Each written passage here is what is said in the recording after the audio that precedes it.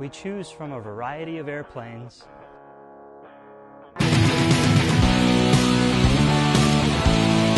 Fly to a great airfield restaurant and experience some delicious food. Not your everyday lunch run. Welcome to FoodFlight. This episode, I'm flying from Ocean Springs, Mississippi to Foley, Alabama, and eating lunch at Lambert's Cafe. I've already been checked out on the Diamond DA-20, so all I need to do is schedule it and take off.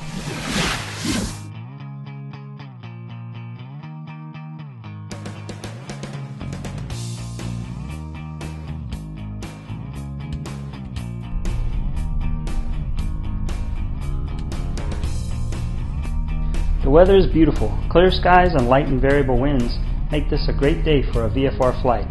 Transponder off the squawk. Probes on. Time note. Ocean Springs traffic. Diamond 19 Bravo. Taking off runway 36 for a east departure. Ocean Springs traffic.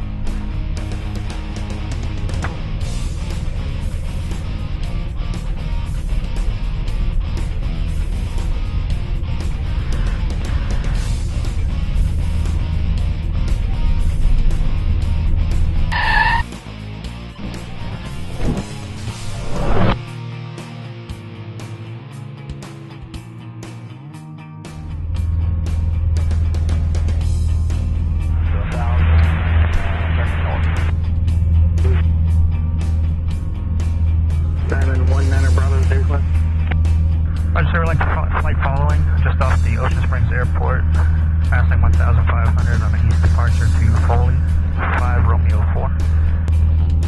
Gulfport approach, this is 50550. It looks like I've got flight ill in sight about 10 miles north. Diamond 19 Bravo, squawk 2753 Roger,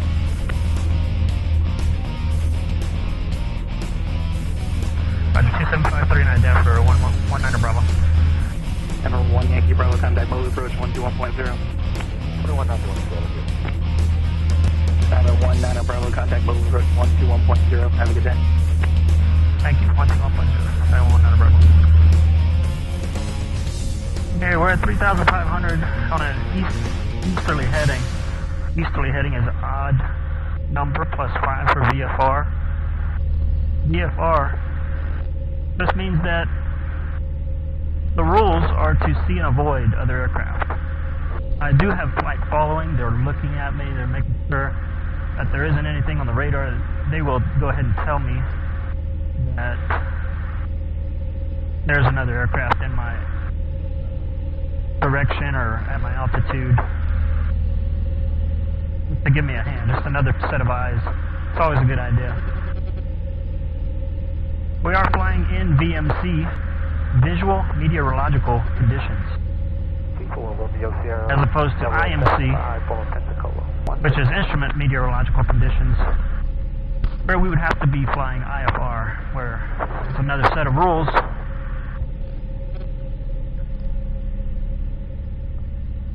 We're going VFR direct to Foley.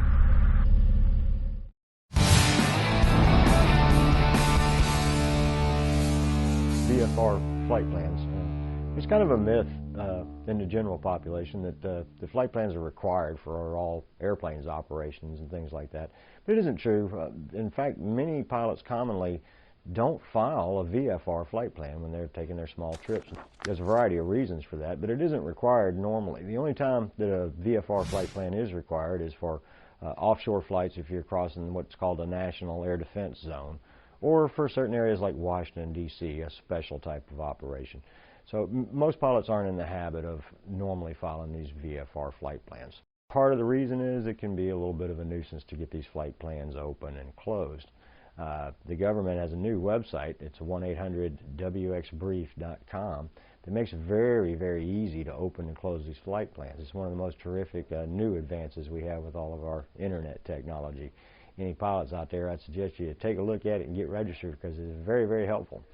Pilots that operate on instrument flight plans are required to file a flight plan. Those are specific types of operations. These VFR flight plans, the only real thing that they get, the only benefit that the pilot gets out of it is that in the event that there's something untoward that happens at the flight and they don't show up where they're supposed to, somebody will be aware that they didn't show up on time and know to perhaps go looking for them. I crossed the Mobile Bay at a decent altitude, just in case there's a need to glide to land in the unlikely event of an emergency. Okay, we are 11 miles out. We should be getting pushed over to either Pensacola or local traffic at this point. 4119 Bravo, contact Pensacola 120.65. Good day. Roger, going over 120.65, 119 Bravo.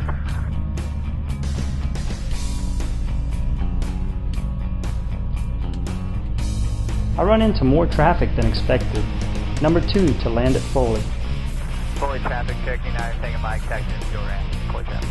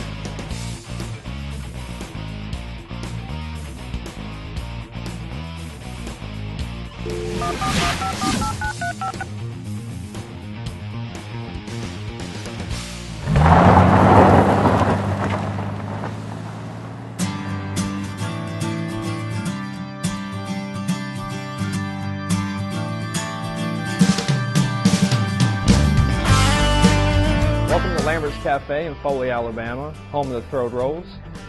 Foley is named for its founder, John Foley of Chicago. Foley visited in 1901, loved the area, bought large amounts of land, and was instrumental in developing a railway system to allow easier accessibility. We started in 1942 in Missouri. We have 2 locations there, Ozark and Sikeston, Missouri, and of course this one here in Foley.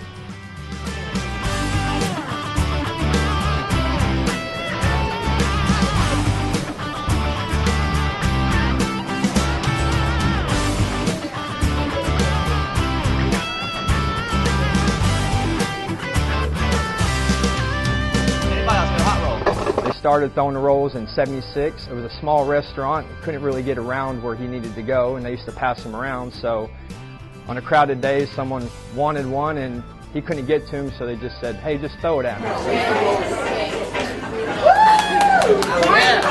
We offer a wide variety of Southern type food. We offer special through the week. Every day of the week we have something different, and we also have a wide variety of vegetables, and we do come around to your table. Some days we do half a smoked chicken. Of course you get vegetable choices and then all the pass rounds that come with it. We also do a chicken and rice special, and then on Sundays we always offer a smoked pork loin special with cornbread dressing and a turkey gravy on it. We also offer a lot of decor to look at, license plates from, I think, pretty much every state.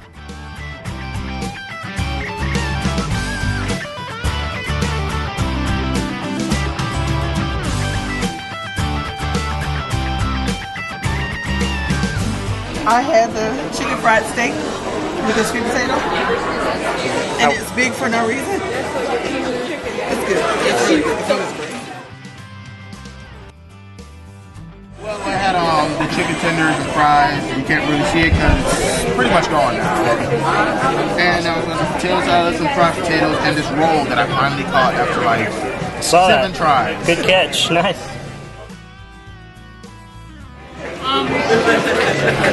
Well, I used to have a double burger and fries, but I ate it. How was it?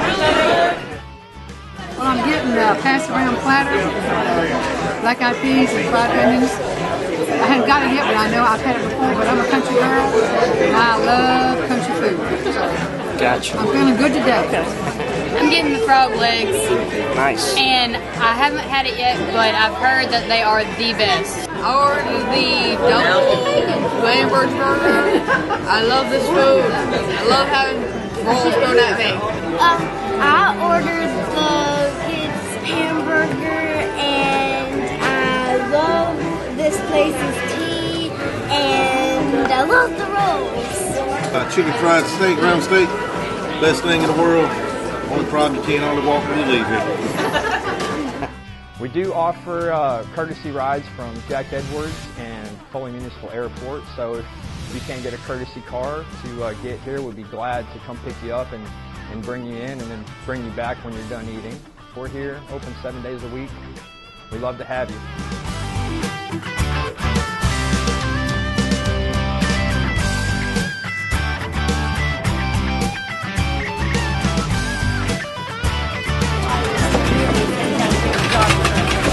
Alrighty, folks.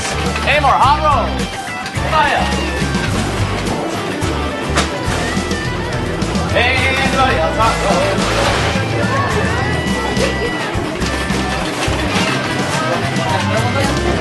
Catch go? 1, 2, 3. There you go, thanks. Anybody else hot rolls?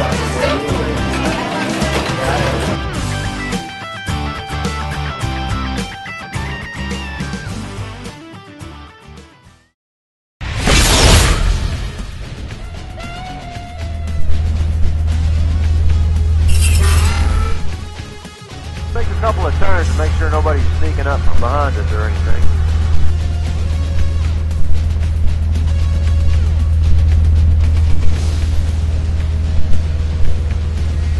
It's really a fun airplane to fly. After a while, it seems like you're not even moving the stick. You just kind of think about it. Yeah. It happens. All right, let's clear behind us. I don't see anything there. You want to get back on that roughly the same way we were going.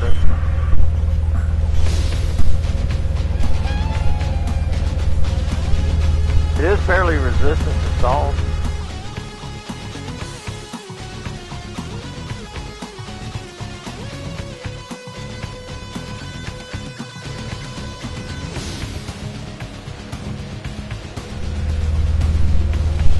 Of course, if you don't keep the ball in the air, that almost traffic. 6 Bravo Papa, Steve Hangar, taxi runway 6.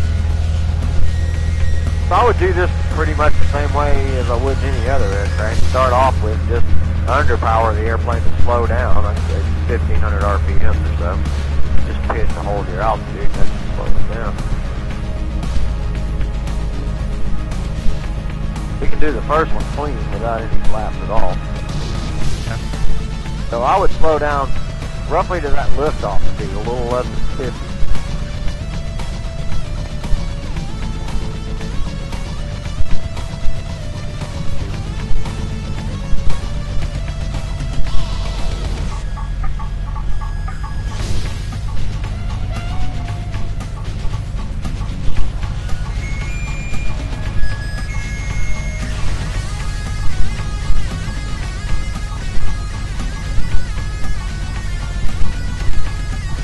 And as you get there, you just recharge that throttle all the way to idle. Kind of ease your nose down a little bit to simulate like we're gliding in toward a runway. And now just pitch to stop your descent, because they're going to cause a constant decrease in airspeed. There's your stall warning horn. You should be able to notice the buffet. Keep increasing that back pressure. Hold the nose in there. There's your buffet. And just keep increasing that back pressure. Try to see if you can move the stick all the way out. See, it has a tendency to mush around rather than a clean break. To recover, full throttle. Target airspeed CY 75.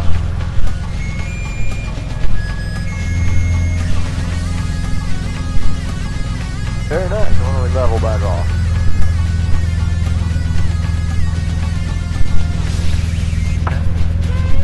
Well, let's run through that whole drill again, except for we'll deploy the flaps as we slow down.